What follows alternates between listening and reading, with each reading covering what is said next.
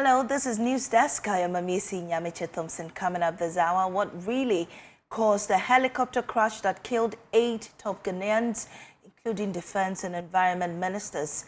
After months of speculation, the presidency is set to present the official findings later today.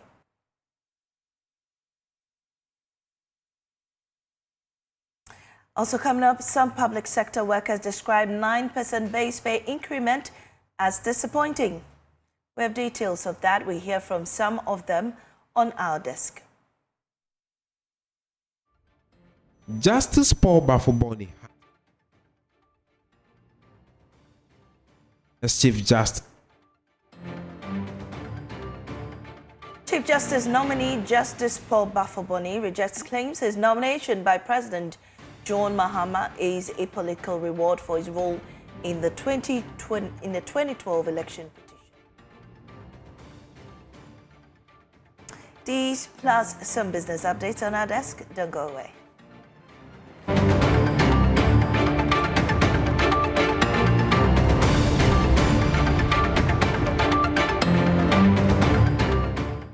Welcome back. First, we go to the presidency. What may have brought down the Ghana Air Force helicopter that claimed the lives of 8 prominent Ghanaians, including Defense Minister Dr. Edward Omane-Boamah and Environment Minister Ibrahim Motala Mohammed, is finally about to be revealed. 3 months after the tragic August 6 crash in the Ashanti region that sent the nation into mourning, the presidency is set to make public the findings of the official investigation later this morning around at about 11:30 a.m. Meanwhile, President John Mahama is set to present those findings to the public. Presidential Affairs correspondent Max Olagbagba is joining us now with details on it. Maxwell, let me take you back 3 months ago on that Black Wednesday when the presidency had the news and the nation as well. What were those moments? Take us to the mood at the presidency. Well, it's a memory a lot of journalists don't want to recollect. Many don't want to recollect, that moment. But unfortunately, it looks the case that is not going to be possible today because the investigative committee is going to be providing us details of what exactly happened on the day, and many are looking forward to that. But on the day itself, August 6th, we had all gone to the Jubilee House for our usual activities. Then information started trickling in that a helicopter had crashed in some parts of the country. What followed next was an announcement by the Chief of Staff, Julius Debra, confirming the unfortunate incident. And then that was followed by a steady stream of mourners who all arrived at the Jubilee House crying and mourning after that official announcement. So really, it's a memory many of us, including members of the presidential press corps, do not want to recollect.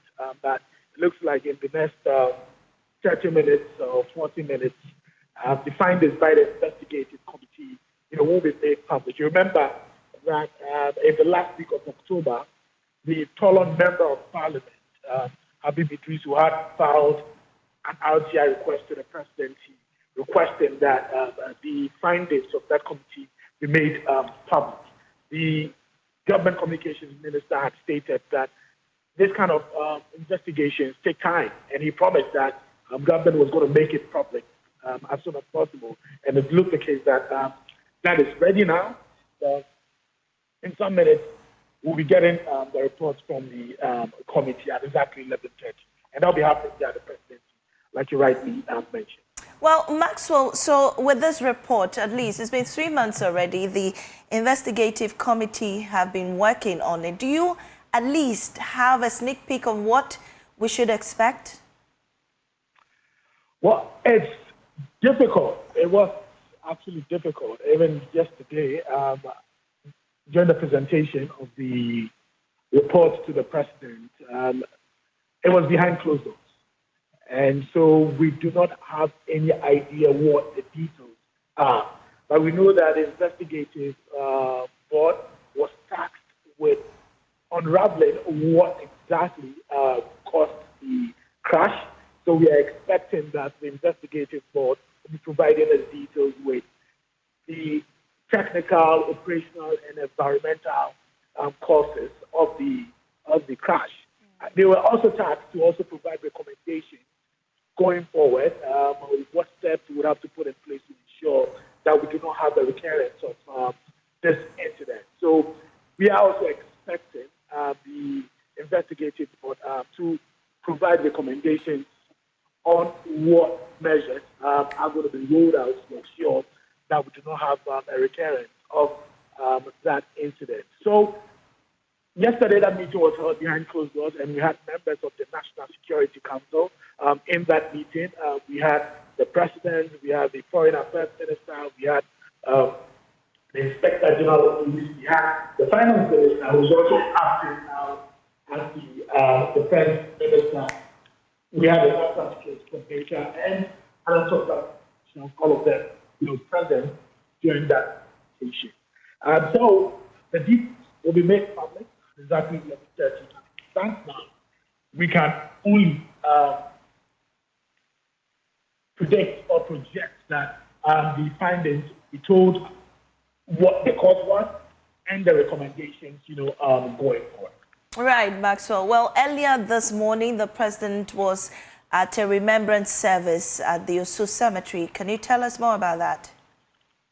Well, the Remembrance Day is on November 11th every year, and it's basically to celebrate soldiers who fought in the World War I and World War II, to celebrate the soldiers who fought in those wars who died during that period.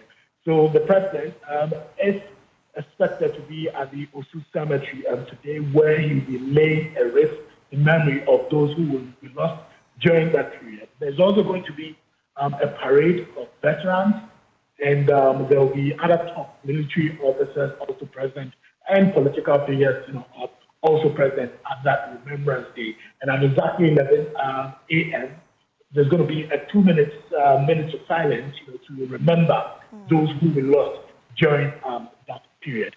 So in a short while, the president, will be laying a wreath to commemorate, the day.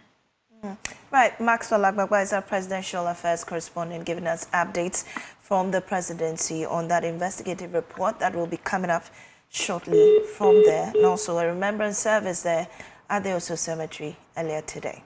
We also have on the line security analyst Dr. Victor Doke joining us in this conversation. We're grateful for your time. Always a pleasure to have you on our desk. Good morning to you. Yes, so 3 months on, we're really looking forward to what brought down that helicopter crash that took away our precious Ghanaians, including the 2 ministers. What will be, or what are your expectations moving forward to this report? Well, I think my expectation would be to highlight the main cause or causes of the crash. Whether it was natural phenomena, whether it was man-made, with regards to maintenance issues or whatever. Then I'm also looking out for recommendations, very robust recommendations in the area of retraining our men, regards to the emergency situations, acquisition of what operational equipment, if need be, for aircraft, for helicopters. And then also, I'm looking at capacity building and how we should respond to emergency situations overall. In the case, if any of this happens in the future, what happens to our emergency preparedness, and we know how to respond to such issues in the future. These are just some of the expectations that we need to hear to the reports that will be made up. Well, looking at initially when the committee was launched or set up, they were given 3 weeks at least to bring out their findings. It's been 3 months since the incident. At this time, you think, looking at the time frame for investigations, what do you make of that? I think the initial timing was somewhat too, what's the word, where overkill without the time frame.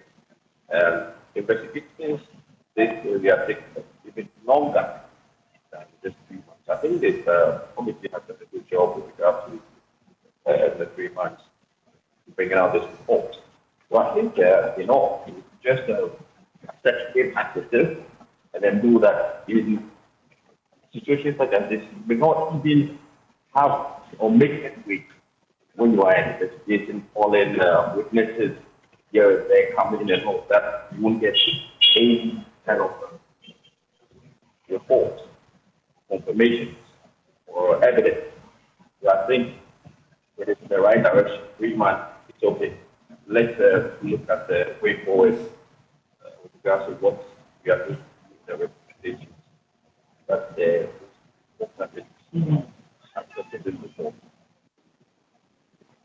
Right, thank you very much, security analyst Dr. Victor Doke there, also giving us his expectations ahead of that report release. Now, Chief Justice nominee Justice Paul Bafo-Boni has rejected claims that his nomination by President John Mahama is a political reward for his role in the 2012 election petition. He told the Appointments Committee that his 17 years of service on the Supreme Court or at the Supreme Court makes him qualified for the position. More from a vetting marked by chaos as the majority or minority walked out after heated exchanges with the majority. There's more in this report. Justice Paul Bafo-Boni has been acting as Ghana's Chief Justice since the suspension of Justice Gertrude Tokonu in April 2025 and her subsequent sacking in September. On Monday, November 10, he faced the Appointment Committee of Parliament for vetting to become a substantive CJ. But this vetting was not without drama. Minority Leader Alexander Penyo-Markin's description of him as a disputed nominee in his opening remark triggered an almost 3-hour controversy between him and Majority Leader Mahama Ayariga. We gather to vet a disputed nominee for office of Chief Justice of Ghana. This should be a moment of national pride and institutional renewal. I have an issue. Instead, it has become a test of whether Ghana's judiciary will remain independent or fall under executive and political control. Honorable Minority Leader. Honorable Minority Leader, just hold it a second. Yes, Honorable Ayariga. So I am objecting to the use of the term disputed nominee because there's no dispute before us regarding the nomination. Yes, Honorable Minority Leader and the ranking member of the committee. Chairman, first of all, the Majority Leader is clearly acting in bad faith. Chairman of the committee, Bernard Ahiafo, was forced to call for an emergency recess, which did little to change the minority's position. If I will have to rule on the objection raised, this is what I will say. We have a constitutional mandate to vet the Chief Justice nominee.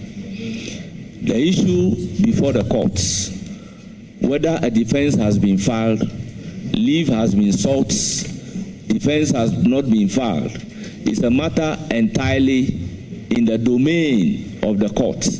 And this cannot be a subject matter of discussion at the vetting committee. Consequently, everything said about defense or relating to that is ordered to be expunged from the record. Chairman, with respect,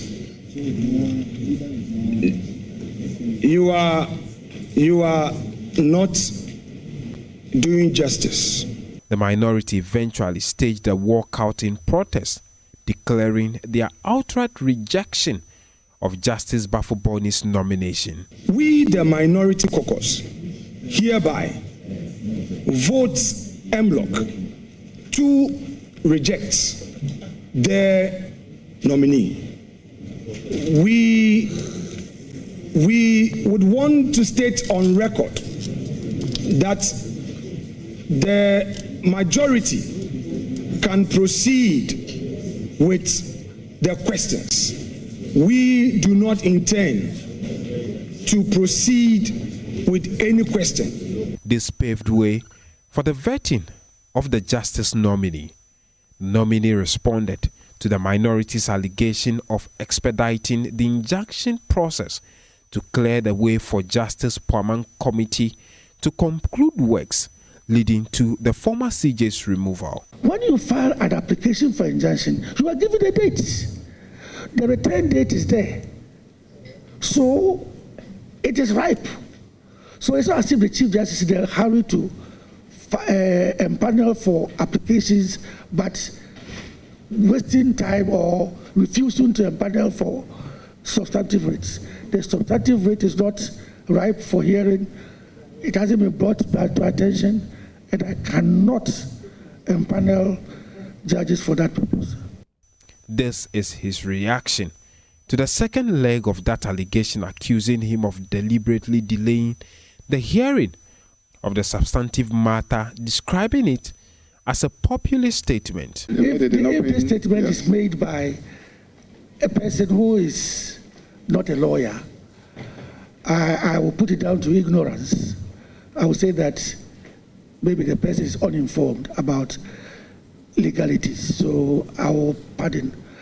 But if a lawyer makes a statement like this, I would think that it is populist and maybe downright mischievous. The CJ nominee also rejected claims that his nomination by President John Mahama is a political reward. Since I'm not there, but I actually would be disappointed if my only qualification for the Chief Justice nomination is because I voted for the President in 2013. But I mean, that is on a lighter note, but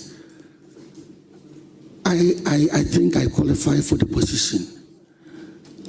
As I said, I have been a Supreme Court judge for the past. I would not be presumptuous to say I am the best qualified person in the Supreme Court. The final report of the committee would be forwarded to plenary for a final decision to be taken. James Savaji, Parliament House, Accra. Back. For nearly 2 years, residents of Bachuna East and Central have endured water crisis that's taken a serious toll on their health and finances. Many say cases of typhoid, skin rashes and diarrhea have become common as they are forced to rely on rainwater and pay exorbitant prices to private water tankers. Noala Karen Yali has more in the following report.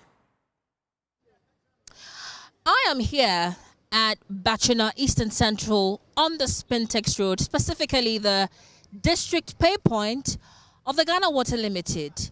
And the desperation for water in the area runs deep. Residents say they've forgotten what it feels like or looks like to turn on the taps and see water flow.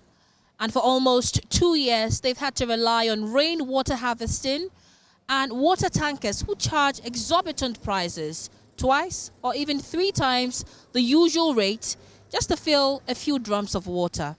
At the Daniel Classic School Complex International here in Bachuna, Mr. and Mrs. Ahaji say keeping the school running has become a daily struggle. With no water flowing through the taps, they now depend largely on rainwater to keep the classrooms and washrooms clean. They explain that even when they manage to get water from private tankers, delivery delays and poor quality makes it difficult to maintain hygiene standards for their pupils. In fact, right from last year and this year is the worst, because I would say this year is worse because even the water we'll be buying, maybe 700 is now 1,000. The 400 is 600 now. You see, so this year is the worst time. And it will take you, when you have to order ahead of time, maybe 2 days before you can get it. Like, you see that this time I'm empty. I only hope is this. And if I don't give the order now, Monday we'll be in trouble. And so sometimes it is the rain that comes in and we get some like you saw those. That's just this. Let me speak to your wife. I mean, you run a school. You have a lot of kids here. Obviously, they need water to go by their daily activities here in school. How do you cope? How are you navigating the situation? The situation is terrible. In fact, I even went to the Facebook and then I spoke to the president to come to our aid because we are handling children. I even told them that there was once we purchased the water, but it was like milkish. And you use this water to cook for the. It was dirty. It was dirty. Do you understand? So, and recently the children are going to admission, vomiting, running, which is not the best. So we want the government to give us water. The chairman of the Residents Association, Mr. Thomas, says the water shortage has gone beyond inconvenience. It's now a public health and financial crisis. He explains that families are forced to spend money that could have gone to other household needs just to buy water. To fill the tank, these tanks, I have to buy 800 cedis a week. 800 cedis a week. But the normal bill that I pay is 100 cedis because I use just about 6,000 gallons. So it is about 3,000 cedis a month for 1 year. One tanker actually told me that, if it's for a building or something, they are going to take it from a dam. But if it's for house, they will going to take it from a tap or a borehole. Only God knows the metallic particles, the rust. We find a lot of things. We find insects in the water. We find metal particles. So the rainwater is something that we have to rely on. As at now that we speak, look, the tanks are empty. They are all empty. Look at that. There's no water in them. Skin rashes have gone on the rise. The diarrhea, diseases, and so on and so forth. Vomiting. There's a school right here. We'll go there and you talk to them. And it's become such a major issue because health is wealth. Without good water, sanitation doesn't mean anything.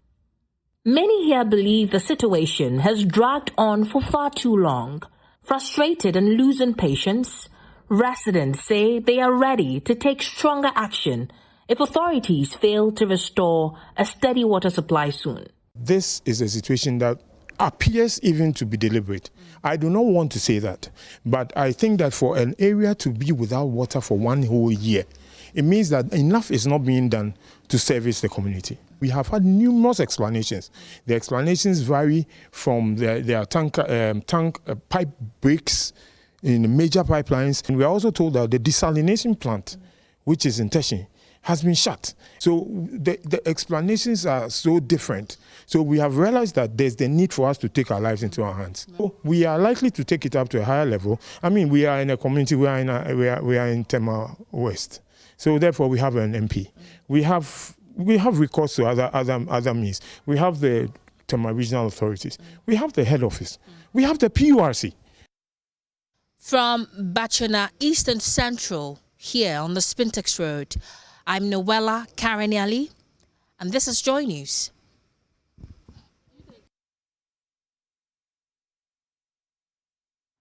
Well, it's a daily struggle for residents of Hawi and neighboring communities in the Gamenu electoral area of the South Tong district, where roads have turned into rivers of mud this rainy season. Children walk barefoot through flooded paths just to reach school, sometimes arriving drenched, tired and late. Farmers can't take their produce to market and the sick can't reach the health center. Now the people of Hawi, the worst affected, are crying out for urgent government intervention. Ivy Setaji reports. The Gamenu electoral area, home to 13 communities in the South Tong district, has become almost impassable this rainy season. What should have been a simple journey to school, the markets, and the clinic has turned to a daily struggle. At Hawi especially and surrounding villages, pupils wade through knee-deep mud just to get to class. Some say they stay at home for days or even weeks when the rains are heavy because the roads are too dangerous to cross. When it's rain, maybe we'll absent ourselves or other rivers, we pass some ways before we go. At times we absence. At times we struggle and go to school. We struggle before go. At times we don't yes, we don't go to school. It's affecting us. It is not only the children, traders, fisher folks, and farmers say they are losing income because vehicles cannot reach the communities to transport goods to the markets. The poor road network. And our main problem that we're facing here is when it rains. We find it difficult to get to the next village, especially those who are on sick bed. The pregnant women, they find it difficult to get to the nearest health center. So we are appealing to the government to help us, at least to let the road be more trouble for us, so that the students, the sick ones, the young ones will be very okay to pass where there's no elderly person to guide them, especially the kids, those who walk from Hawi to Gamanu to the next school. And so we are appealing to the central government to help us. It's also cutting off access to the only health center in the area. For many, getting medical care means walking for miles through flooded paths. We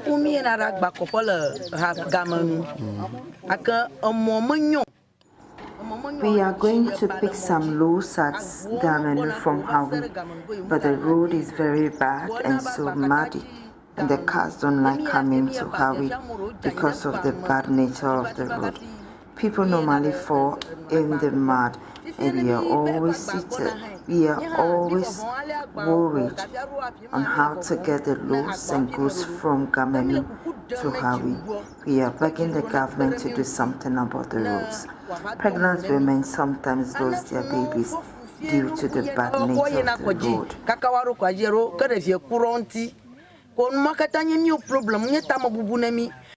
Sairam Gla is the assemblyman for the Gamenu electoral area. The poor nature of the road, especially when it rains, as you can see today, very, very terrible, affecting economic activities. Because this is the road that connects the entire 13 communities and beyond to the sister market called Anyangwi Market. So our mothers, our brothers, everybody plies these routes through to Anyangwi. When it rains or the road gets flooded, most of the kids behind the mud, as you say, finds it difficult to come to school. So it's affecting teaching and learning. Our nurses at the Gamon Health Center, they also trek from to and fro Hawi to give the people health attention. They go for the weighing and health education and whatever the people need there. But due to the poor nature of the road, it's one of the things that probably forced the nurses to even seek a transfer, equally teachers, to leave the community because of the nature of the road. The residents of Hawi and the surrounding communities are now renewing their plea for the governments to rehabilitate the road network leading their 13 communities before the next downpour traps them once again. Ivy Satoji, Joy News, Hawi. Rice, maize and soybean farmers in the country say they are facing a severe crisis with an estimated 1 million metric tons of paddy rice remaining unsold in farming communities across the country. They say major millers have suspended operations, forcing farmers to sell at giveaway prices or abandon their harvest due to the influx of cheap substandard rice imports. The farmers staged a demonstration in Tamale to draw government attention and the nation to the crisis facing the sector, and also to present a petition to the Northern Regional Minister. The farmers' demonstration started at the Aliu Muhammad Sports Stadium and marched through major streets in Tamale to raise awareness of their struggles. The protesters across the country carried placards highlighting their challenges. A member of the Association of the Ghana Rice Producers and Processors, Abdul Aziz Johara, who read a petition on behalf of the group, stated that the situation is critical with farmers facing losses and local rice industry at risk. We are facing an escalating crisis of lack of market for our produce, namely rice, maize, and soya, three major grains that form the backbone of Ghana's food security basket. The situation is threatening to millions of Ghanaian women and the youth of job and collapses the Ghanaian grain value chain if Your Excellency does not rise up and address the matter with urgency it deserves.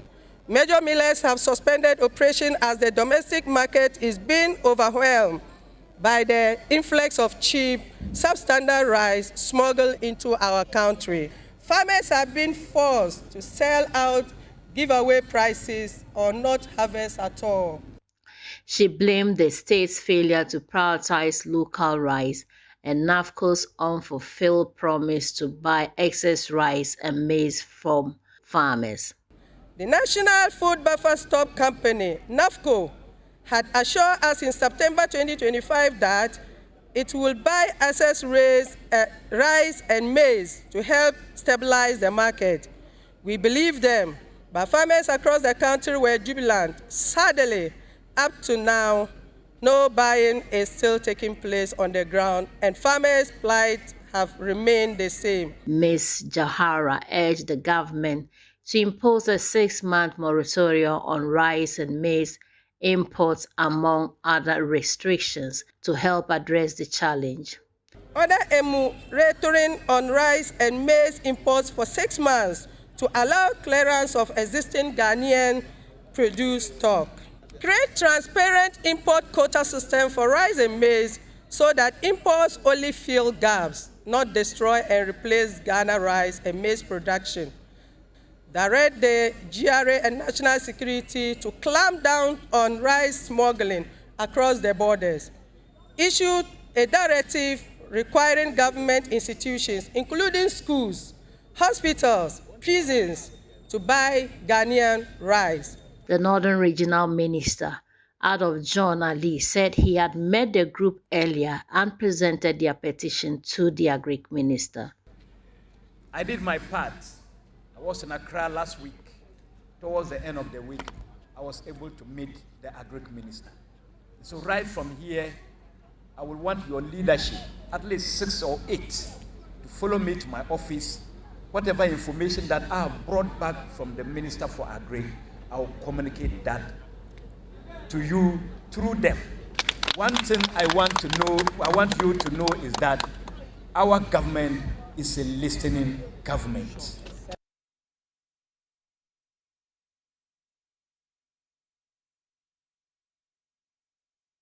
This is Joy News Desk. We'll take a break. We'll be back with business.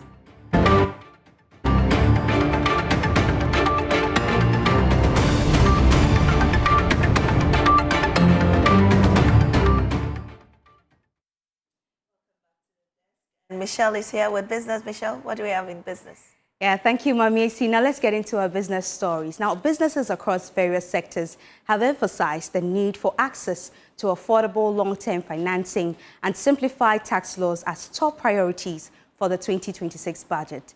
Now, the following report captures the perspectives of businesses ahead of the budget presentation. These concerns were captured in the KPMG and the United Nations Development Programme in Ghana survey of businesses from different sectors of the economy. These businesses maintain that they also want some policy measures that will help improve support for small businesses in the country, as well as infrastructure development. Majority of these businesses engaged also wanted more allocation for the agri sector. When it comes to unemployment, some of these business owners want to be incentivized or get tax breaks to employ more graduates from the universities. They believe this is one of the surest ways to help create more jobs and also complement government's efforts. Most of these businesses in the survey cited high energy costs as a major concern. They're therefore looking forward to some relief in this area.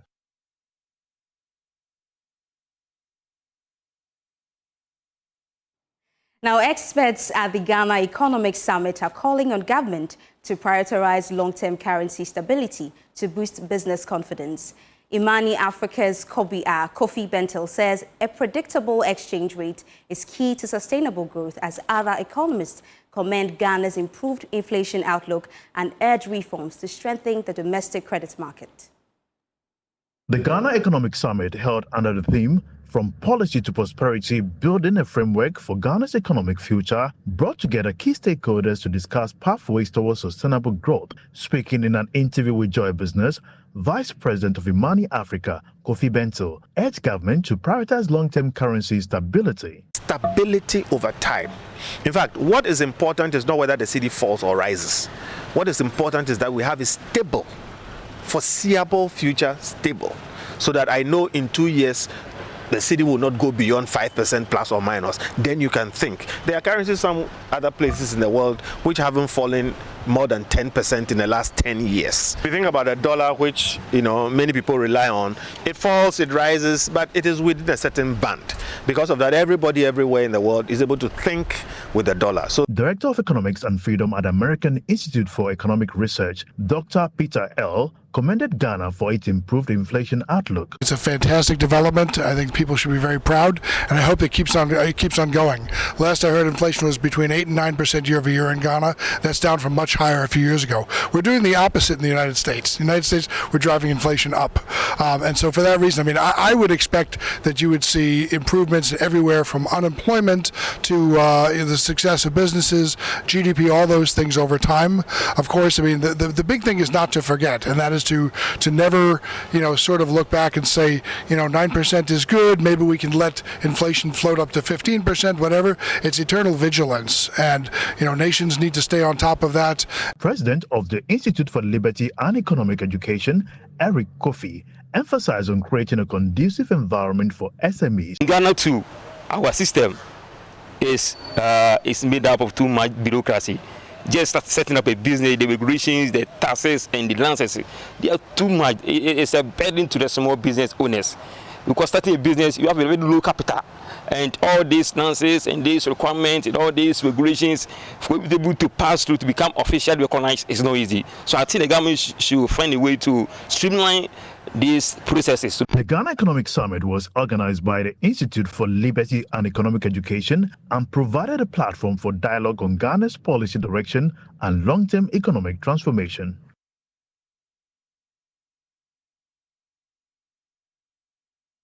And that'll be it for business. I am Michelle Lejekum. The small business news when you log on to myjoyonline.com. Mariesi. Thank you, Michelle, for business. Now, frustration is growing in Ewoya, home to Ghana's first lithium concession. For 2 long years, residents have watched their lives stall. Farmers cannot cultivate new lands, families cannot build homes, and resettlement plans remain on hold, all because Parliament is yet to ratify the lithium mining project. Emmanuel Giveni reports. It was all joy in the central region when lithium was discovered within Infantiman municipality and the Abra Asebu Kwamankesi district.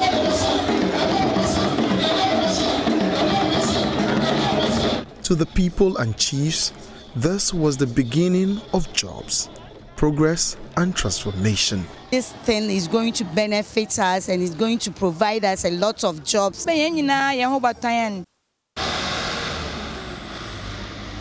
But 2 years on, that joy has turned into deep frustration.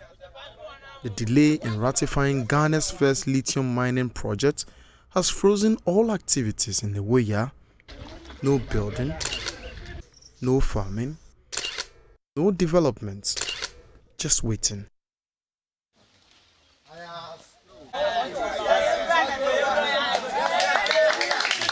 Under this tree in the Ewoya, young men gather daily.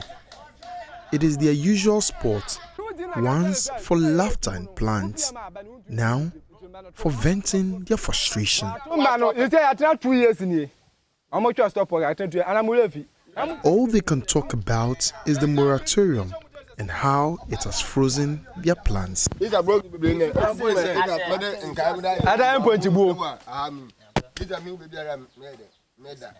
Among them is Richard Mensah, a father of 4, and Kwabena, a farmer. Both men are struggling to understand how a promise of development has left them with nothing.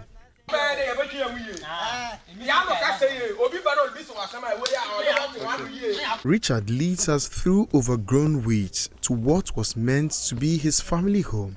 Now, just a pile of weakening cement blocks. Ablantaba mesi so mpase mesi dan na me wo amede me magum se ma wo for lithium for na esi me se ma bra bontumi nkoso bio enam lithium for nti ebi so na egu hai mpase anka mesi dan na me yi me nkwala me de omugum me gu asese me ntumi ne omo nda enam me maso nda me nchen nti me gu so anka me biem se anka me timi ma me mba no omo ina adem ensese o mesi me blocks ne so say. He points to the red marking sprayed across the block, the official sign of a freeze on all development. He says he and his uncle bought 4 acres to build and farm on, but all that has come to a standstill. As I see, I say a dozen. Nti agena kakaka 4 acres. I say ebusu no bi abedi de subi. They say the omaye or the harbor and say me kase kra me yakra nkamesu. I say omahame. Because many a penny I say. Like many in a Woya, he once worked with Atlantic Lithium, a company that discovered the precious mineral. But when the project stalled, so did his job.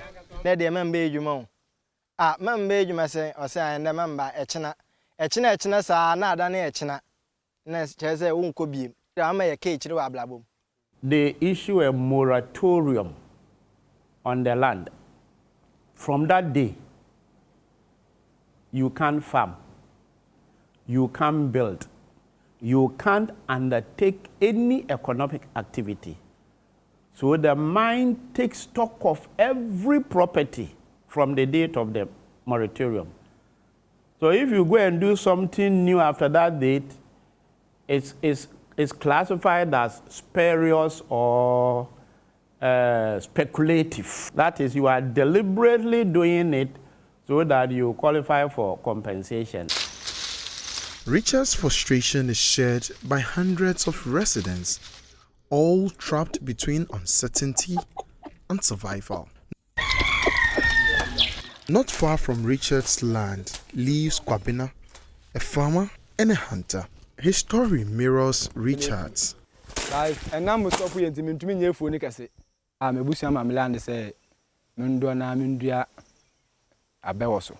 But my status a middle for Nana lithium for no Ebeka say, Yenjai Ejumana Yen. They say, of course, Ejumana, a mind no Bayeno, Ebahayeno, just because I'm a tree for her. At the right now, or say a mom, because I'm Basha Seno, only a nice conversation. He had planted plantain before the moratorium, and even that can no longer continue. Like many, he too lost his job when the company reduced operations following the delay in parliamentary ratification. For 2 years, I want to know that's a canal talking about compensation. So 2 years, I do 4 posts, now I come here, 1 post, and I 5 posts. Oh, this is the about me, sir. And every 6 months to be a media board now. Mbabi, Kefuna, Kasanka. You see, I may wear high critics and comedians, and many 3 posts in account. And I bought the inquiry. Is that mean 2 years deprivation from undertaking any economic activity. No farming, no building, no project. Everything is no.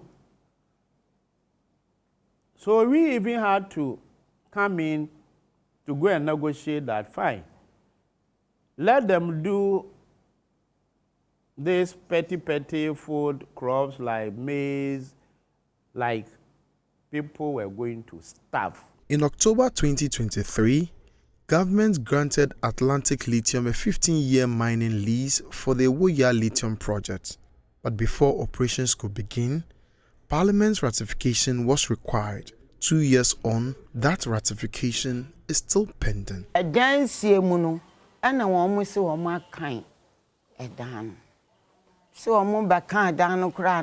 Ombekan ekwade no. Ti momanu ni ade a ɛha yɛn sɛ abansan nanka bibia o se wo mu ye bia o mu nyaman. Here we are fully ratification and lithium for because ye hunde so ratify the lithium for now. Wobabua e we amino. And yes, aban there. Omomadiara na ombre lithium from and I hear we are mine. Yes, Rabem. No one then one electrify, I don't know, one for more. Yes, Rabbi. During this delay, a moratorium was imposed, freezing all building and farming within the mining concession. It has left residents like Richard and Kwabena stranded, compensations unpaid, and resettlement plans stalled. But no company will invest into such a venture when the government itself is not helping by way of what?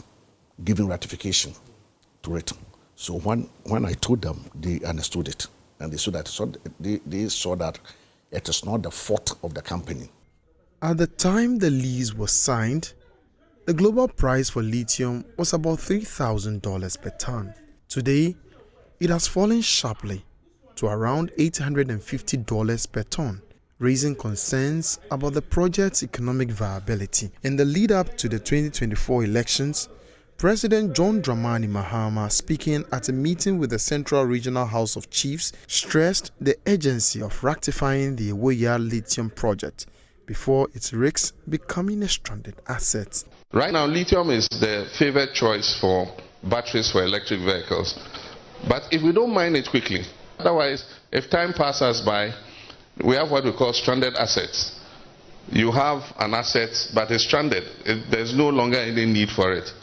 And so I think that is something, this is a national cause. If that revenue comes, it's going to come to help the whole nation. With the collapse in the world market price of lithium, there is now consensus. The initial terms of the lease would have to be revised to keep the project viable. In July this year, the Lands and Natural Resources Minister, Emmanuel Amakofibua, told Parliament he has received Cabinet approval to submit revised terms to Parliament for ratification.